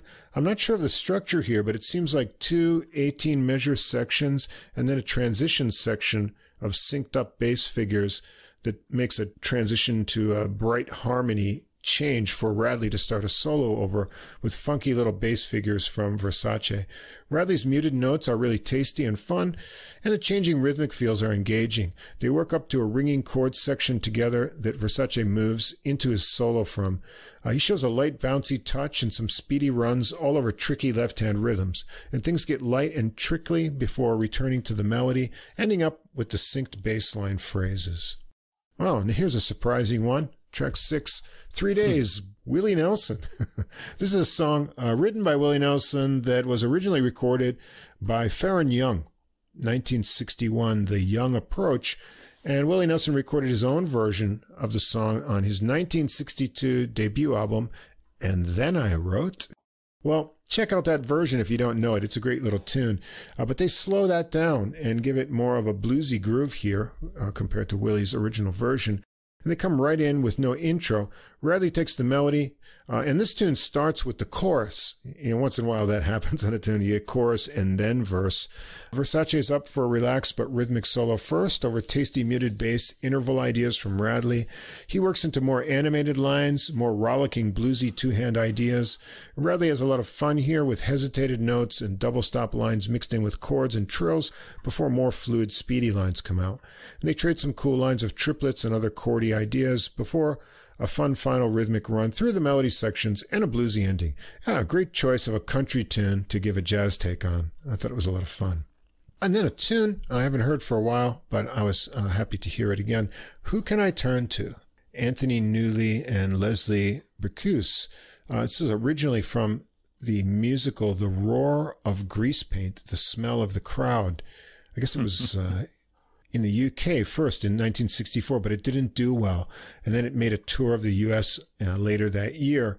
The first release of the tune, 1964, Shirley Bassey, but Tony Bennett recorded it the same year and had kind of a hit with it. So Radley starts it out with an intro of soft, lush chords under the melody that he plays as well, into more arpeggio and bass ideas as well. He gets a slow strumming groove going for Versace to bring in an impossibly soft and high improvised piano line thing going. I had to turn it up really loud to hear what was going on here. He brings things a little bit lower in register, still with a delicate touch, and Radley is soft and subtle in his solo on this tune as well. He works back into the melody to a tasty ending with some pretty final rippling chord changes from Versace. Track 8, Wrong Ago by Nate Radley is original. A happy, bouncy, rhythmic tune. There's a little repeating phrase that gets modulated around over the chord changes in the 32-measure melody construction. Radley solos first, and this one shows off his varied articulation abilities nicely. Muted notes, choppy rhythmic ideas into more flowing lines. Versace's in sync, constantly changing his backing up ideas with choppy chords and walking bass in spots. And Radley takes a rest and gives Versace space to start out his solo that on his own that has some interesting darting bass lines and animated right-hand ideas as well. They exchange some happy melodic improvised lines before a final enthusiastic run through the melody. Track 9, Chloe, or originally Chloe's Song of the Swamp by Charles N. Daniels. This is an old tune, 1927. I think it's from the show Africana. And I think Charles N. Daniels also had a pseudonym, Neil Moret. And this tune had lyrics by Gus Kahn. But it's kind of a jazz standard now. Anyway, Radley starts it off solo with a bounce on the melody over a mix of strums and bass notes. Versace gets the next round, and they trade back and forth happily. Versace's got the first solo, and it swings easily over the muted bass and then walking lines of Radley. Melodic and classy phrasing with mixing up of rhythms. Versace keeps the walking bass and then bounce idea going under Radley's solo that has some repeated note and triplet ideas and choppy chord play. The two interact with some interval lines and more exchanges of phrases into a final run through the melody, and Radley ends it up with a playful final descending line. Well, this is a recording where the joy of playing really shines through. The rhythmic interaction is great. With so much going on, it's amazing how they can sync up and interact without stepping on each other's toes rhythmically. There are a few standards with enjoyable duo arrangements. Radley's original tunes are interesting, and the Willie Nelson tune was a fun choice for a cover. Radley's playing is unique and creative with a mix of articulation and lots of melodic ideas, and Versace is versatile and classy with constantly evolving accompaniment and tasty melodic solos. Most of all, it's the great interplay that will make you want to keep listening again and again to this recording. Yeah, it made me keep wanting to listen. And I also like the program a lot. You had mentioned like Chloe is the, a very old tune, and they had some originals, and then there were the Anthony Newley tune. They're it's a real variety of pieces and approaches as well. I just like the entire album. I liked all the styles. They came up with a lot of styles like the bluesy piano, and then there was the swinging things, and sometimes within the same piece they would go through a lot of different styles. The interplay is fantastic. Just the interesting combination of timbres between the two instruments. I liked the changing timbral combinations that these two instruments were able to produce, like on tracks like Almost April. They do this a lot. I also like the way the rhythm is subtly worked with on 3 days, so that the piece gradually begins to swing more, and by the end becomes more bluesy, like it sort of morphs into like different kinds of different. It morphs into something different as it goes. Right. That kind of appealed to my classical side. Very inventive approaches by both musicians together. It's an album with ideas, and all of them are appealing. And yeah, I want this one for the collection, I think. Great feel, too. And yeah, it was a fun record, too. It was really fun. You can pick up on the nice energy they had between the two of them. And very intuitive listening to each, more than listening to each other. They actually become sort of one in thinking on their approach to these songs. So I can recommend it a lot. Yeah, very enjoyable. Yeah, and you mentioned also Gary Versace. I was trying to figure out where have I heard this name before, and it was Maria Schneider. I'm a big fan of hers, actually. Right. So I've heard his playing quite a bit. I think, his solos and his own playing is really great, but I can see why he's in demand as a sideman, because he listens and anticipates and reacts almost instantaneously when he's playing with someone else, and that kind of synergy really comes out. Yeah, this one's gonna have to go into the collection one day, maybe for Christmas, maybe when I get my tax return in February. We got a lot of CDs to buy. Yeah, I got a lot of CDs to buy. SteepleChase, they're one of these labels that have really reasonably placed releases, so okay, that's good. Should be able to get that in Japan here soon. Okay. All right, the next recording, also on another label that I like, and that's Sunnyside, and this is Way Back by guitarist Davy Mooney, and this came out on June 9th. Mooney's a native of New Orleans, and he studied music from a young age. He went to Ben Franklin High School and also the famed New Orleans Center for the Creative Arts, where he also worked as an instructor. And then he went on to University of North Texas and later enrolled in the University of New Orleans to get his master's degree. Then in 2005, only 2 weeks after evacuating New Orleans due to Hurricane Katrina, he finished third in the Thelonious Monk International Jazz Competition, and he went on to get his PhD in jazz performance in 2015 from New York University after finishing a dissertation about the early works and music of Joe Pass. Well, this album has a theme, and that's Brazil, which has become a regular feature in his life, according to the album notes on Bandcamp. After meeting his Brazilian girlfriend and now wife in 2001, he had been intrigued by the combination of jazz guitar and Brazilian music, and he started to play with those musicians there in 2011, where he met some of these musicians. And so in this recording, we're going to get the influence of these Brazilian players, along with, some other influences in here and a variety of rhythmic feels. And this recording was made in July 2022, actually in Brazil, a studio in Campinas, Brazil. So we've got Davy Mooney on guitar and a little bit of vocals on one track here. John Ellis on tenor sax and bass clarinet, who I believe is also a New Orleans native and also in the New York scene as well. And we've got our Brazilian rhythm section, Felipe Silveira on piano, Tiago Alves on bass, and Paulino Vicente on drums. We'll start out with a Davy Mooney original, The Ancient Song, a kind of solo descending bass line that then gets picked up by the piano and then Mooney's guitar, as Ellis floats a pretty sax line on top, gets things going. And Mooney and Ellis then work harmonized lines together over the piano descending line. The bass gets that line again into a new section where Ellis's sax line is complemented by his bass clarinet on another track below. Vicente works up with cymbals to a heavy, insistent backbeat on the sections that kind of builds up and comes back again. Ellis gets a suave tenor solo that flows but lifts with interval jumps over thick rhythmic chords from Mooney, and there's a modulation, and the sax solo continues, getting more wispy into composed lines, joined by Mooney, and then bass and drums drop out for the sax lines to continue over piano and guitar as a transition to a solo from Mooney. Here's a really warm guitar tone with a mix of shorter and longer weaving fluid phrases on this solo. The sax lines over that descending riff of guitar, and then piano with harmonized sax and guitar sections come back and take it to the end. We've got the title track for number 2, Davy Mooney's original Way Back.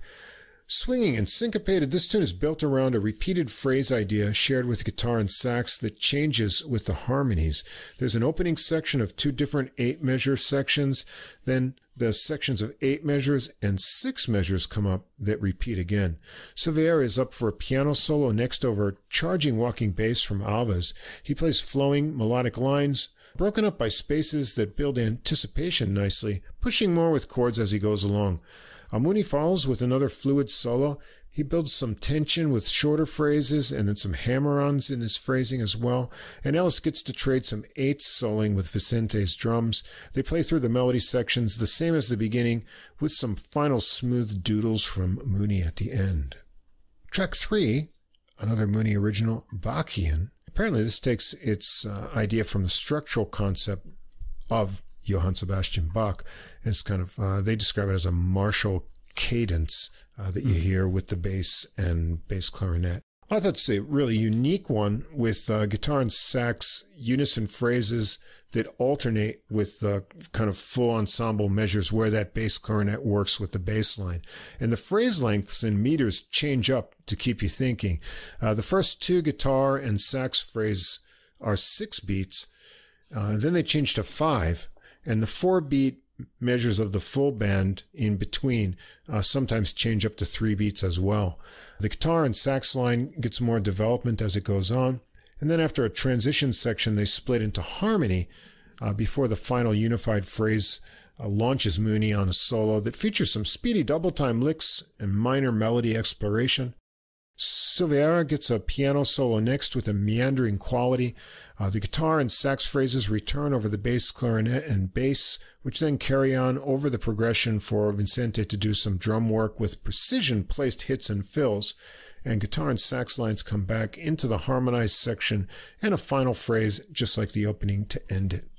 Track 4, Mooney's original In This Position, and apparently this is inspired by his newly found passion for chess. So piano and guitar started out with ringing, slightly dissonant phrases, a rising bass line and drums add in, and then Ellis with legato sax phrases. There's a contrasting section of more syncopated piano chords giving an atmosphere of contemplation before Mooney is up for his own solo. It's got a nice relaxed groove, and Mooney matches it with his phrasing. The syncopation of the piano chords gives it a forward push. The opening phrases return for a sax solo from Ellis. His short tones at the start are interesting. It's kind of like I thought of something hatching out of an egg to get going, like breaking free.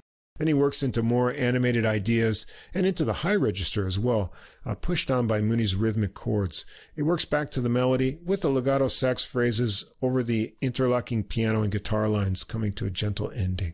Track 5, Mooney's Meaning in a Streetlight, and this takes its title from a lyric in the Sting song For Her Love. The vocal by Mooney is kind of giving advice to his young sons. So a gently swinging feel with drum brushes and soft guitar and sax melody phrases. There's a repeating 8-measure section with pauses at the end, and then 2 shorter 4-measure sections before Mooney comes in with vocals that follow that previous sax and guitar pattern. As I said, giving advice to his sons, and the vocal works along with his guitar lines. Things get off to more of a swing with walking bass under Mooney's guitar solo, and really fluid here with a mix of double-time licks and little pauses. Silveira follows with nice lazy swing feel for his solo on the piano and some tasty embellishments in his lines. The 2 8-measure sax and guitar phrases return into the last section of the vocal line from before, with a few final phrase repeats to end it. Track 6, Wintry Mix. Mooney said this is inspired by the winter weather of Denton, Texas, where Mooney taught at University of North Texas. This one's got a real dreamy start with an 8-measure intro of light guitar strums over a descending bass line and very pretty piano trickles from Silveira. And Ellis floats soft sax lines on top of that. It makes a delirious little dissonant feel in some spots, and then he adds bass clarinet below for another round of that. He continues on with more sax, and then there's a new section with some really low bass clarinet puffs with the bass line. The sax comes in on top again with wispy lines to a clearing of the skies. It's like this, if this is a weather kind of theme, I imagine the skies cleared here, and then Mooney starts a solo over skittering cymbals from Vicente. He weaves through the new chord changes here smoothly and speedily with nice phrasing and melodic ideas. Then the puffy bass clarinet section returns to get Ellis started on his own sax solo. He blows very fluttery phrases here with interesting interaction from Silveira's ringing piano. They get back to the opening feel and bass line with both sax and bass clarinet on the lines into more sax lines over bass clarinet to finish it up. Track 7, Liz, and this is Mooney's tribute to rock singer Liz Phair, one of his favorite musicians. Oh, excellent. I know her. Yeah, flowing 6-measure sax and guitar phrases over a clicky beat that we hear 4 times. Then there's a contrasting 8-measure section of syncopated sax and guitar lines that lock into the bass below, but with more of just cymbal accents on the drums, and a final new 6-measure section of melody. Then Ellis gets a sax solo next, with the return of the clicky beat, and Mooney's guitar chords and throbbing bass from Alves that give it more of a samba feel, and Mooney follows with a fluid guitar solo, and then they take it through all the melody sections once more to end it. Track 8, Doom Scroll. I like that title. Yeah, it's a good title, yeah. Yeah. A relaxed waltz feel for this one. Ellis takes the simple melody, mostly 1 note per measure in the higher range of the bass clarinet. It's a 32-measure melody, AABA form, with an interesting pause in the B section. Alves gets a deep and ringing bass solo on this one with strong attacks and bluesy touches over soft guitar from Mooney. Silveira has a sensitively played piano solo next with restraint and a nice sense of dynamics and touch, and Mooney follows with a guitar solo that works the warm lower register, and then Ellis gets a turn on bass clarinet covering the full range of the instrument, nice tone and relaxed phrasing, and a final play through the melody wraps it up. Track 9, La Bruja. This is an arrangement of a traditional son jarocho Mexican song from Veracruz, where the notes say Mooney spent some time last year. We get a 6/8 feel for this one with a great loping bass and bass clarinet line for the first 8-measure intro. But check out the fun little skip in the rhythm, and then also Silveira's pretty ringing piano tones. Mooney takes the charming minor melody. The clarinet and bass idea come back for interludes in there, and Vicente adds snappy brush accents on the drums.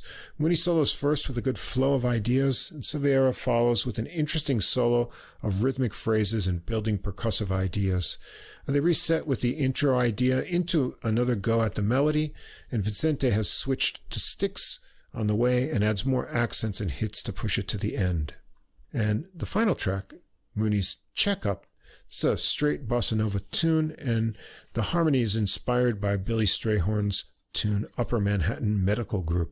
It's a relaxed kind of bossa feel and simple melody shared by Mooney's guitar and Ellis's tenor sax. It's a 32-measure AABA structure.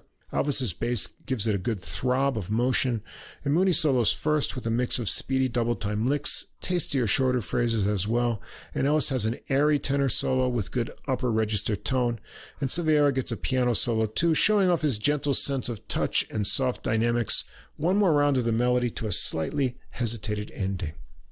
And that wraps it up.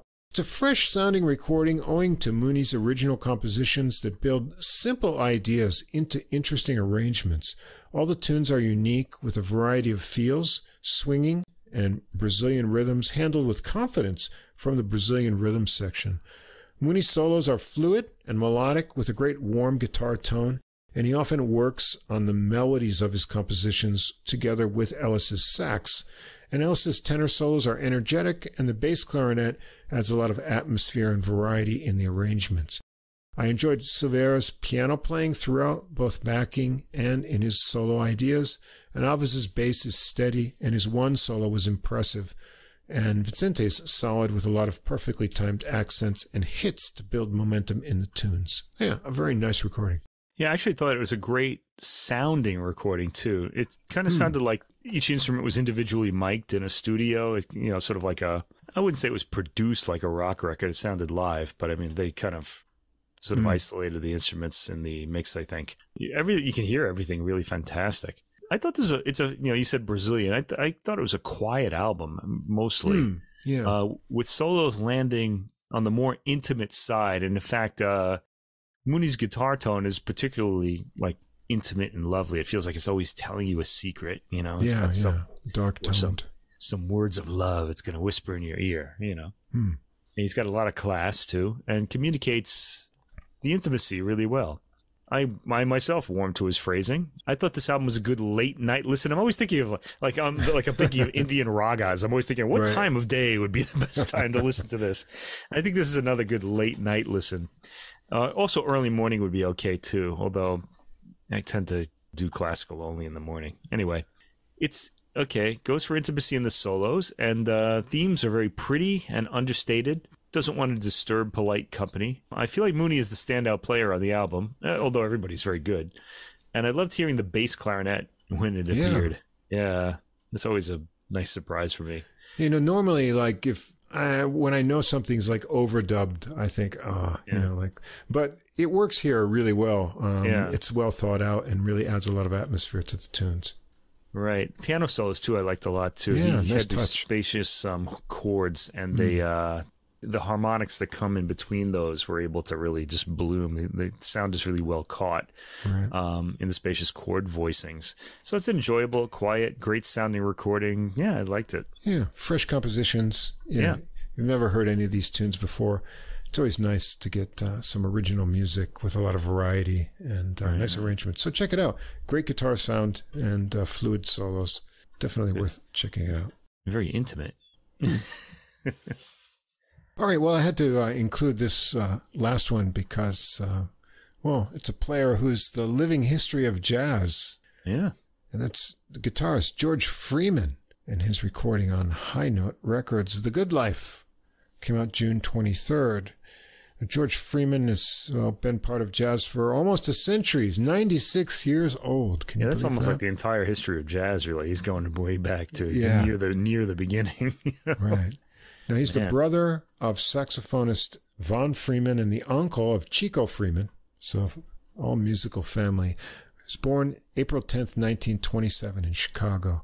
Wow. He made his first recording with the Joe Morris Orchestra in 1947. Mm-hmm. Collaborated with Charlie Parker twice in Chicago and once in Detroit in 1950 and 51. And he's played with lots of other jazz greats. The organist Groove Holmes, saxophonist Gene Ammons, Johnny Griffin, and living jazz history here with a new recording.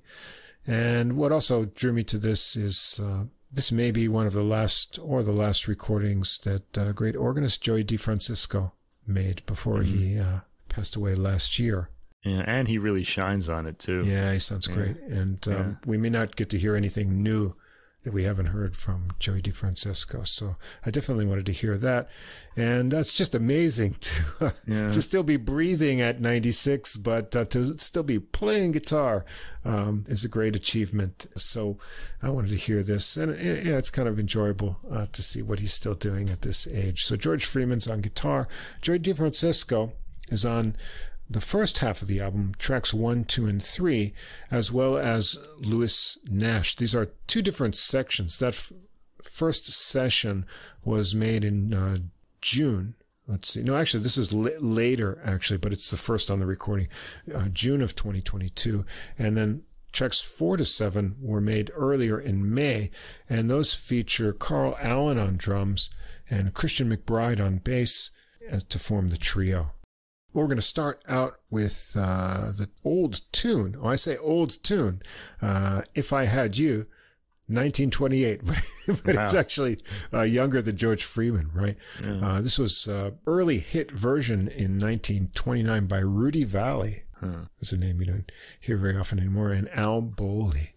Well, this one gets going with a great organ intro from Joey D. Throbbing bass, skittering lines and chords. Really, really exciting.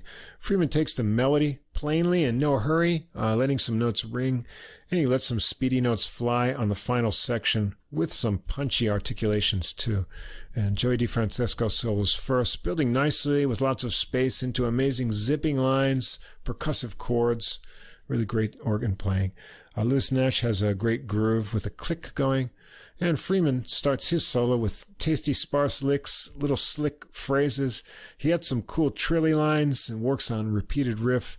Then he gets down low, surprising with some notes that are kind of not quite in the chord, but they kind of hint at where they're going and build up the tension before going up to some higher, busier phrases and wrapping things up with a nice melodic phrase. And then Joey DeFrancesco keeps the bass going for Nash to do some drum work, and Freeman adds punchy chords.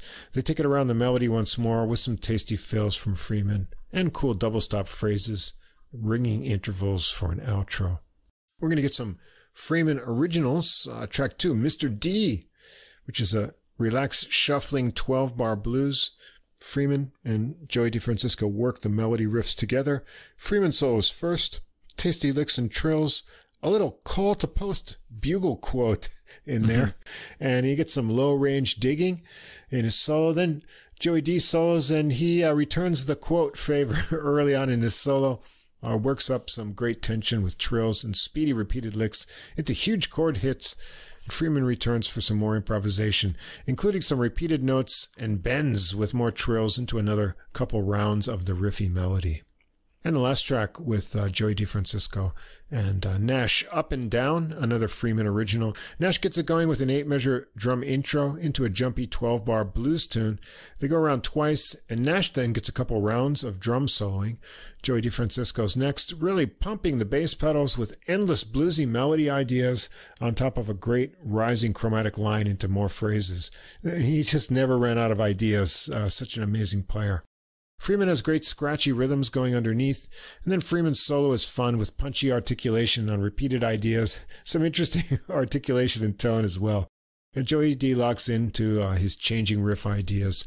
He sticks to a repeated chord idea, then he raises it up chromatically, and they ended up with a new riff idea instead of going back to the original melody. They're just having fun after all here, and they leave the tune with some whooping and laughing at the end of the track, all having good fun. Now we're going to switch over to the second session, actually recorded earlier, with a Freeman original, Low Groovin'. Now, this is kind of interesting. Freeman had written this tune, and I guess it was originally named The Hulk, before it was changed by the record label as a kind of payola honor to DC disc jockey Jackson Lowe in 1947. So it's from one of his earliest recording sessions. This is another 12-bar blues with a cool low melody and falling chords from Freeman over McBride's digging bass lines. Freeman's solo here is really tasty with some meandering phrases, harmonic tensions. And then McBride gets a ringing melodic solo with cool double stop ideas. Freeman returns for some improvisations again with some chord work, like the beginning, to a little break and final phrase to finish it up. Track 5 is another Freeman original, 1, 2, 3, 4. It's basically a one-chord bouncing bluesy tune that McBride adds a snappy bass line to. Allen's on drums here with light snare accents as Freeman doodles away with fun ideas. McBride takes a rhythmic solo for himself as well, and then Freeman gets a little more fun before they end it. Track 6, Freeman's original as well, Sister Tankersley. McBride starts it out with a solo loping bass line, and Freeman joins with scratching into dark chords. And this eventually kind of forms into a loose 12-bar blues. Freeman has some sparse, tasty solo licks and more interesting chord ideas. McBride gets another melodic bluesy solo over ringing chords from Freeman, who works some more ideas into a final dark chord ending chorus. And track 7 end up with the title track, The Good Life. A song by Sacha Distel, originally French lyrics from 1962, but was featured in the movie The Seven Deadly Sins.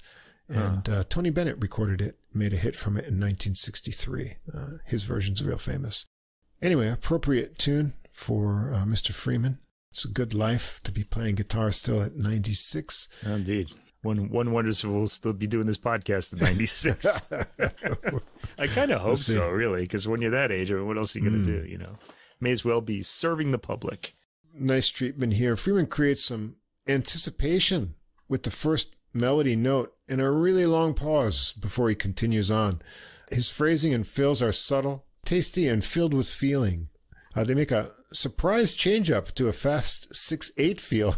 And Freeman continues on with chords, doodling phrases, and some rising tense chords to a return of the last section of the slow 4/4 melody, and then surprises with a line of slowly rising soft rhythmic strums that just keep going till they get to a final resolution over McBride's bass note.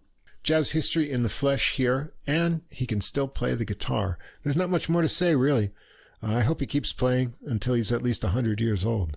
McBride, Lewis, and Nash follow the lead, and they back Freeman admirably. They're all tuned into what he's doing. This might be also our last chance to hear something new recorded by Joey DeFrancesco before his untimely passing last year. And nobody knows how much time they have. Some go out too early, like Joey DeFrancesco, and some people have a long life, like George Freeman. But music makes everyone's life good, and we're happy to have this recording as well. Well, yeah, I think somebody once said to me that some people live long, but they don't live much. And I think we can say that George Freeman and Joey Francesco both lived much, and George Freeman has the benefit of also living long. And not only that, but that the length of his life just kind of shows in his tone. He's got this really sort of authentic, deep kind of feeling to just, he, in a way, like if you listen to Carlos Santana, people talk about his like sustain and how kind of special it is. You kind of get that out of Freeman's tone a lot too. There's something really just deep in the blues or in the past in it. So when he plays, he tends to play pretty quietly and sort of shorter phrases, but you're just getting a lot out of it. It's not really what he plays, but how he plays it. I think that really makes this I agree. His playing really jump off of this record. It's a bluesy record, full of soul and deep feeling, and it draws you in from the beginning. No surprise there, considering who's playing, and not just Freeman. Yeah. He's been playing for nearly a century, as you said. His tone and overall approach convey a depth of feeling and experience that we rarely hear anymore. And I stand by that, because I think, like I said, with this many years, something just really deepens in your tone if you're playing like sort of authentic music all that time. He's capable of packing a lot into a single note via tone, sustain, and attack. Attack too, just the way he'll vary his attack on notes usually. Joey D's playing has deeply satisfying, soulful swells that we hadn't even been hearing from him on his solo albums, so I was really happy to hear it here. And they just make him missed even more. Christian McBride on bass has enormous presence and plays beautifully throughout, so I had my ears on him in those last tracks. This is an album with depth, with a lot packed into the briefest phrases, an amazing example of how minimal playing can convey maximum content, something that young musicians should absolutely hear, I would say. And an album I'm going to revisit, definitely. Yeah, it's like sometimes he plays a phrase, and then you kind of hear, if you think, especially in blues playing, there's going to be a lot of kind of call and response. Right. But he won't play the response. You'll hear it in your head, but he knows you're hearing it. Yeah. So he's already thinking of what's going to come next. He's anticipating with that whole wealth of experience that he has. And some really unique tones, sometimes really dark ideas that you don't know, well, what's he going to do with this? And then he turns the corner and he surprises you, with something you hadn't imagined yet. So I really hope everybody goes for this and listens to it. I don't know how much coverage it's going to get in jazz periodicals or articles, but people should really hear this. Amazing to think, you get to that age and then still have something to say and go and make a recording. That's just fabulous. Well, you have a tradition behind you, and that's always great. I don't know how many of us are going to have that. Well, like you say, we were talking about, I forgot who we were talking about, another, kind of senior person in the music world. And one of the things that keeps you living is, that you have something to give back. Right, exactly. That people still need you for something. And so I think that's a great motivation to keep going on to a new day. Yeah, I think we definitely hear that here. Yeah, retirement would be great because I have loads of books I want to read and music I want to listen to. But it is nice to be doing something, especially that you enjoy. Yeah, and to be needed by people. You could just tell that Joey DeFrancesco was really on fire to be playing with him here, and you could just sense the energy in those tracks. So you get those young players that want to play with you because you have all that that background, that history, and that knowledge. It's a real thrill. I've heard stories about this sort of thing between musicians, between actors. It's nice because you can pass things on. I told you, when I was young, I learned a lot about music from the janitor at my high school. Right, you had said that. He was a good musician as well, and he passed on to me all sorts of albums and things. But I used to just go listen to him because he grew up in New York in the 40s, and he had seen everyone from Charlie Parker, Miles Davis, John Coltrane, and you'd just tell me about all the times that he was there. And I was hearing this, history from someone who was there. Right, and exactly. I was mesmerized, to just someone who grew up at that time. Of course, now, thinking back to when I was young, that was as long ago as when he was young. But when you're young, that time seems like a much greater span, a bigger divide. So yeah, we need to think about time differently. I do this a lot in classes when I talk about history. We tend to think of the past as all at the same time, sort of. It all just happened a long time ago. Right. But the past has its own time. If you go back, Robert Greenberg once made the comparison, like he said, you think about the pyramids in Egypt, and then you think about ancient Rome, and they just all seem like a long time ago. But the pyramids were built 2,000 years, maybe more, before, say, Julius Caesar was born. Right. So he would look at the pyramids in his time the same way we would look at him. Right. And the pyramids. You just see the past as flat. It's but it has depth. Yeah. You notice too, like as you age, your memory gets compressed in your mind. So you can still get these little snapshots in your mind. So I have this snapshot in my mind. It's just like yesterday. Right. It's 1982. Right. I'm sitting in the living room in my parents' house, and my mother had a vinyl collection, and I pulled out because she was a Beatles fan.